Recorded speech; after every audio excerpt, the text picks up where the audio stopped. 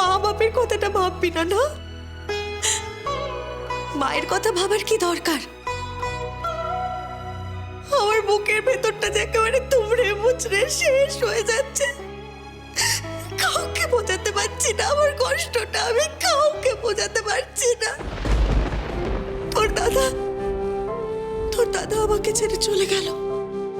তারপর আমি আমি আমি আমি আমি তোকে আঁকড়ে ধরে বাঁচতে চেষ্টা করলাম। আর তুই তুই কি করেছিলি? তুইও তো আমাকে ছেড়ে চলে গিয়েছিলি তিতির। তারপর আমি আমি আমি গোগলকে আমার জীবনে আঁকড়ে ধরলাম। ভাবলাম গোগলকে আঁকড়ে ধরে বাঁচবো। গোগলও আমাকে ছেড়ে চলে গেল। তারপর তুই ফিরে এলি, আর এখন বলছিস আমাকে ছেড়ে চলে যাবি। আপনি কি বলবো? শোন না, যে এখানে থেকে কাজটা করা যায় না? তুমি অন্তত আমাকে বোঝার চেষ্টা করো। আমি ভালো করে কাজ করতে চাই বাপি, আর এখানে তো কাজের স্কোপ কম।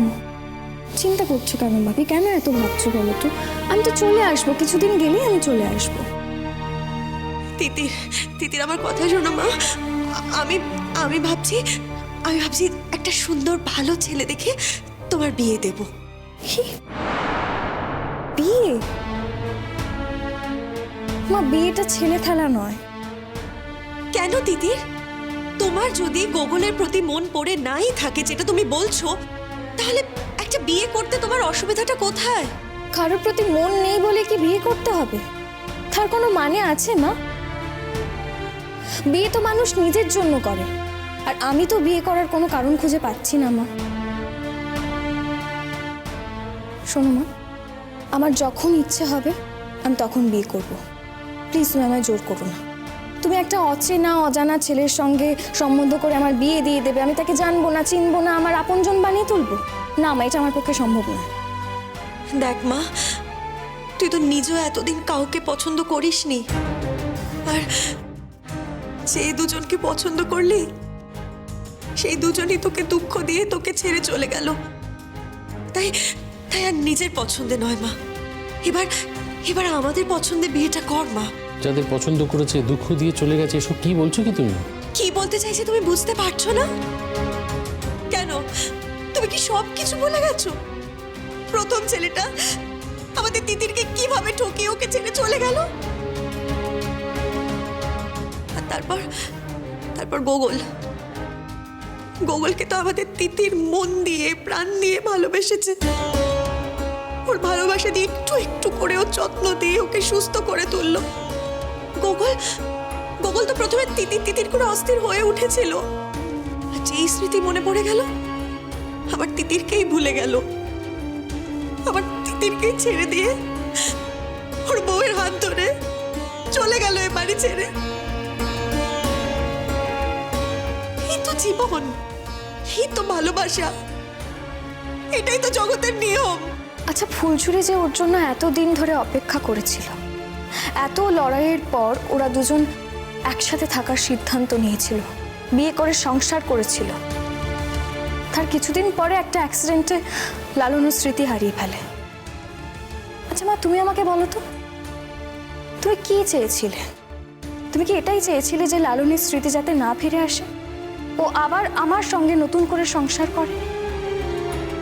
মা, এতে তো বরং আমার লালনের প্রতি আরো শ্রদ্ধাই জেগেছে, যে আজও স্মৃতি ফেরার পর ও বর্তমানের সমস্ত স্বাচ্ছন্দ্য, সমস্ত কিছু অস্বীকার করে ওর অতীতের কাছে, ওর ফুলঝুরির কাছে ফিরে গেছে।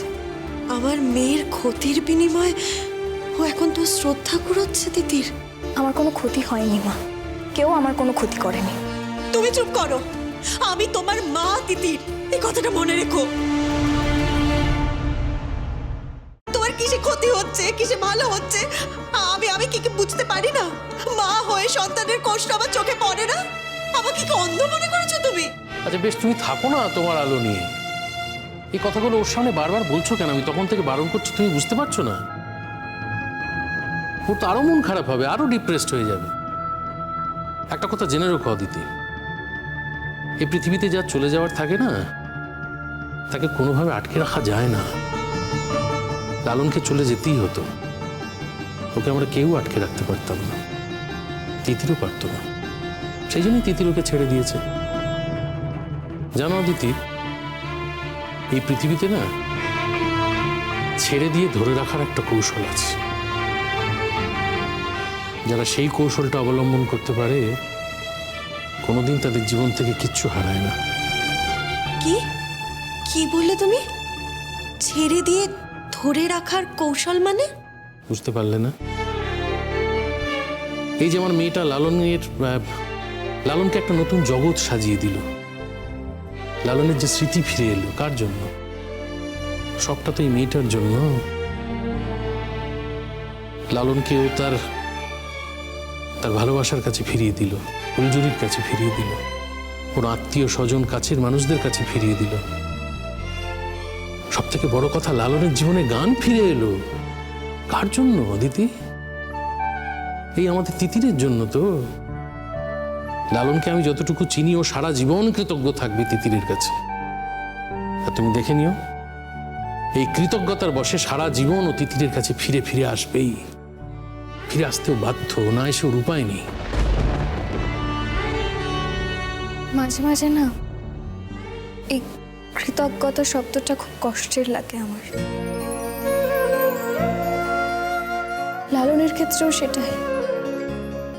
যাকে আমি এমনি সব দিয়ে দিতে পারি, সে সামান্য কিছু পেয়ে কৃতজ্ঞ হবে, আমাকে কৃতজ্ঞতা জানাতে আসবে। আমি সেটা চাই না বাপি। বেশ, চলো এবার কিছু খেয়ে নেবে। চলো চলো। বললাম তো বাপি, আমার খিদে পাইনি। কেন তোমরা জোর করছো বলো তো? আচ্ছা, আমার যখন খিদে পাবে আমি তো তখন খাবো, বলো না? আগে তো আর সারা জীবন থাকতে পারবো না, খেয়ে নেবো আমি। তিতির, একবার ফোন করবো গুগলকে। ঠিক আছে বাপি, ফোন করবে বলছে। আচ্ছা তুমি বলো, এখন তো ওকে ঘিরে কত আনন্দ, কত উৎসব। এখন ফোন করে বিরক্ত করার কোনো মানে আছে? হ্যাঁ, গুগলের স্মৃতি ফিরে গেছে, সবই বুঝতে পারলাম, কিন্তু গুগলের এই স্মৃতিটা তো আর হারিয়ে যায়নি মা। এই বাড়িতে ও কিভাবে থেকেছে, এই মানুষগুলো ওকে কতটা ভালোবাসা দিয়েছে, তাদের মনের কোন জায়গায় ওকে জায়গা দিয়েছিল, এই স্মৃতিটা তোর মন থেকে মুছে যাওয়ার কথা নয়, বলো? সেটাই ভাবছি। গেল সকাল থেকে এতটা সময় হয়ে গেল, একটা ফোন তো করতেই পারতো, তাই না? একটা ফোনও করলো না, দেখলি? ফোন করেনি, ভালোই করেছে। ওরা এখন মন দিয়ে সংসার করুক। অনেকদিন ওদের সংসারটা অগোছালো হয়েছিল, ওরা আবার ওদের সংসারটা গুছিয়ে তোল। আর তাছাড়া এরপর তো ওদের গানের শো আসবে, তাই না বাপি? ওরা একসঙ্গে দুজনে গান গাইবে, কত নাম হবে ওদের। ভালো ভালো থাকুক ওরা, আমি তো সেটাই চাই। সত্যি দিদির, তুই আমার পেটের সন্তান ঠিকই, কিন্তু তুই যে কি ভাবিস, কি বলিস, আমি সত্যি মাঝে মধ্যে তোকে কিচ্ছু বুঝতে পারি না রে মা। বুঝতে পারো না বলি তো এই কথাগুলো বলো। যদি বুঝতে পারতে বলতে না এই কথাগুলো। তিতির, আজকে আমরা বেড়াতে যাবো, যাবি? ভাবি, কি? ছোটবেলায় আমার যখন মন খারাপ হতো, তখন তুমি যেরকম আমাকে বেড়াতে নিয়ে যেতে, সেরকমই নিয়ে যেতে চাইছো না? কিন্তু আমার এই মন খারাপটা তো সাময়িক নয় বাপি, সারা জীবনের। বাপি, আমি কিন্তু লালন অসুস্থ ছিল বলে ওর সেবা যত্ন করতাম না। জানি। আমি ওর সেবা যত্ন করতাম, ওকে ভালোবাসতাম বলে।